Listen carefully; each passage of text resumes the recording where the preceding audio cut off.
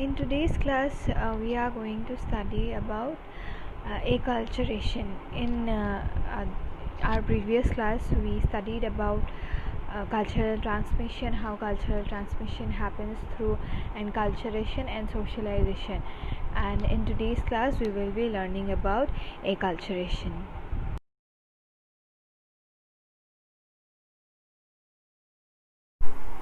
So, what is acculturation? Acculturation refers to cultural and psychological changes resulting from contact with other cultures. So, contact may be direct example when one moves and settles in a new culture, or indirect example through media or other means. So, now if you plan to go for higher studies to USA and you adapt to their cultures, so it will be a direct form of acculturation. And if you watch Hollywood movies, you have friends from America, you talk to them and you get influenced by their culture, you adapt it in your day-to-day life, so it will be indirect acculturation. And it can be voluntary and involuntary. For example, voluntary, if you yourself adapt to their culture, like you go abroad and or you make American friends, you get influenced by their culture, you adapt to their culture, that is voluntary. Sometimes it can be involuntary. For example, like if a country is colonized, or there is some invasion, or there is political refuge. For example, in India also there are so many trends that we are following now because we were colonized by British for 200 years. Like for example, now I am speaking in English, your book is in English. All this is a result of British colonization. You wear uniforms, and the uniforms are skirts and pants. This is not our traditional attire, right? This happened because of acculturation only. So these are some examples. Okay, so acculturation can take place any time in one's life. Whenever it occurs, it requires relearning of norms, values, dispositions and patterns of behavior. Changes in these aspects require resocialization. So you for example, now you are born and brought up here, so you learn our culture, you learn our language, but you learn our norms and values. But when you move to a different place, you have to relearn it again, their norms, their values, their patterns of behavior. So you have to relearn it again at any given point of time in your life. So sometimes what happens is that people find it easy to learn these new things, and if their learning has been successful, then it shifts into their behavior and can be easily shown, and acculturation happens. Okay, in this situation, transition to a new life is relatively smooth and free from problems. But on the other hand, sometimes what happens is that people experience difficulties in dealing with new demands of change. Now suppose we have individual differences. Suppose you and your friend, you go to America, and then you are able to adapt to their culture very well. Okay, so acculturation takes place, but then there will be your friend who won't be able to adapt to their culture. So for him, there may be some issues. He won't be able to adapt to the new place, the new culture, and it happens. So this situation is relatively painful as it leads to experience of stress and other behavioral difficulties by acculturating individuals and groups. So this is one common adjustment problem. Okay, even in psychology, if you further take psychology as your higher studies, then you will find this term called adjustment disorder. So this is pretty common. Like someone from, suppose, Guwahati goes to study in Delhi, then he or she has adjustment issues because the culture and everything is very different, and he or she will be unable to cope up with the new culture, the new situation and everything. So this is very common, this happens. So psychologists have widely studied how people psychologically change during acculturation. For any acculturation to take place, contact with another culture group is essential. Okay, so you have to come in contact with another culture, otherwise acculturation wouldn't happen. But this sometimes also generates conflict. because people cannot live in a state of conflict for a long time. You cannot always be conflicted, right? So they often resort to certain strategies to resolve their conflicts. So there are strategies to resolve these conflicts. So for a long time it was felt that social or cultural change oriented towards modernity was unidirectional, which meant that all people confronting the problem of change would move from a traditional state to a state of modernity. However, studies carried out with immigrants to Western countries and native or tribal people in different parts of the world have revealed that people have various options to deal with the problem of acculturative changes. Thus, the course of acculturative change is multidirectional. So, what it means is that it's not necessary. Earlier it was thought that suppose you are an Indian, you live in a traditional society and you go to America and then you start behaving like an American. There will be a transition from traditionalism to modernity, but actually that doesn't happen. Okay, there are different ways of dealing with that situation. Like I just said, okay, someone will go and adapt to the situation very well, someone will not be very accepting of a different culture. You will see the difference. Okay, someone suppose a person migrates to USA, so you will see that that person is still, still following Assamese customs, culture, and that person is traditional. But on the other hand, if you see another person, that person will forget only how to speak Assamese or what is his culture and everything. He will forget only.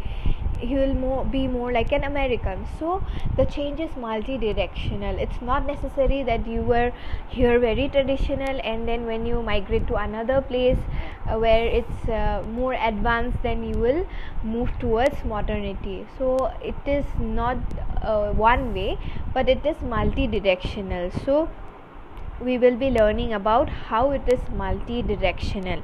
Okay, so what happens? First of all, when one is faced with these kind of situations. Okay, so there are two things which can happen.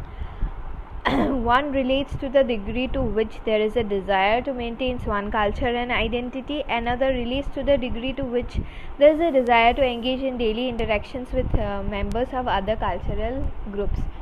So if you see examples from your life only, okay, suppose there is a person who is not from this place and has come from outside.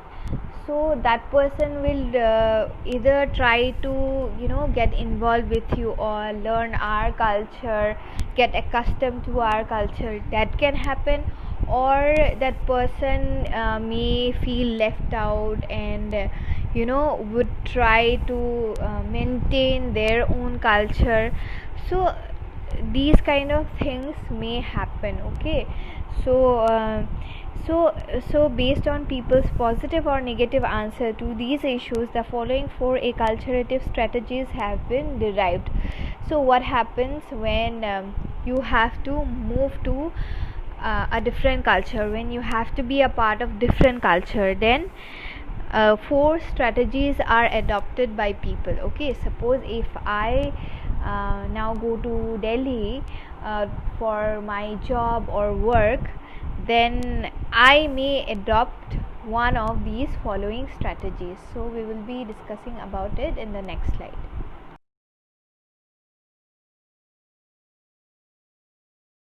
So John Berry is well known for his studies on acculturation. Okay, so he is the one who gave these 4 strategies, like how a person chooses to deal with these kind of issues or situation when that person has to come in contact with different cultures. Okay, so the first one is integration.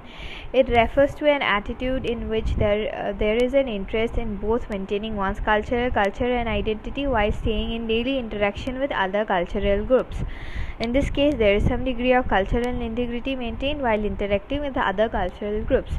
So now if I go and live in suppose Bangalore, then suppose I'm trying to maintain my own identity, my Assamese culture, customs and everything, and also I try to get involved in in other groups, in other cultural groups, like those people who are Kannada speaking people. So I get involved in daily interaction with them. I learn their culture as well, so I'm maintaining both.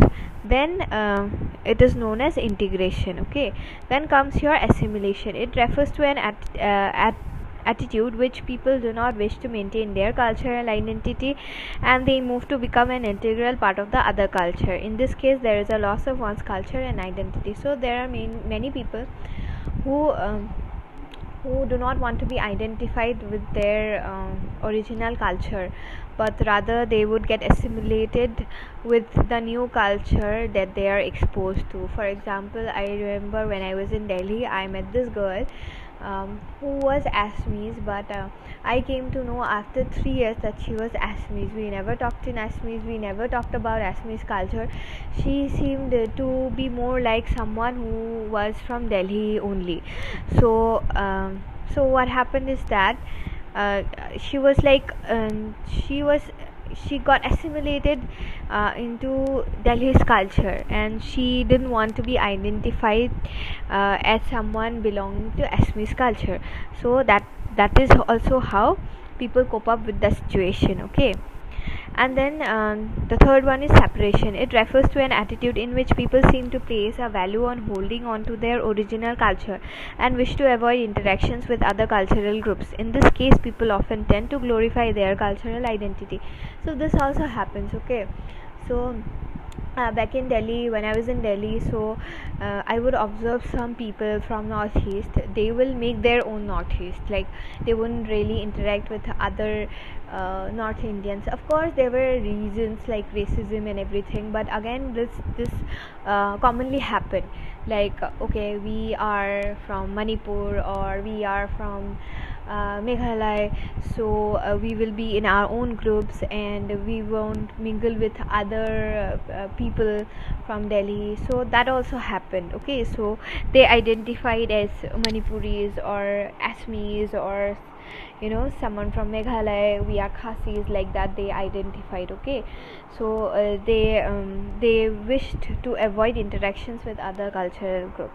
Then comes your marginalization. It refers to an attitude in which there is little possibility or interest in one's cultural maintenance and little interest in having relationship with other cultural groups. In this case, people generally remain undecided about what they should do and continue to stay with a great deal of stress. So there are some people who wouldn't be able to identify with any cultures. They are in a state of confusion and it creates stress among them. See, cultural identity is really important. Sometimes we feel so good about belonging to a particular culture. This is how we are, this is our culture, these are our traditions, these are our customs, right? So if you do not have a cultural identity, this might lead to a lot of stress and anxiety. Okay, because you do not feel like, okay, I belong somewhere. You do not feel that sense of belongingness. Okay, so now about genes, we have studied about genes. So genes was the study of biological transmissions. Okay, while genes write the script of biological transmissions, memes write the script of cultural transmissions. Okay, so cultural transmissions is referred to as memes. The genes and memes work together to allow a behavior to unfold partly in some similar and partly in different ways within and across societies.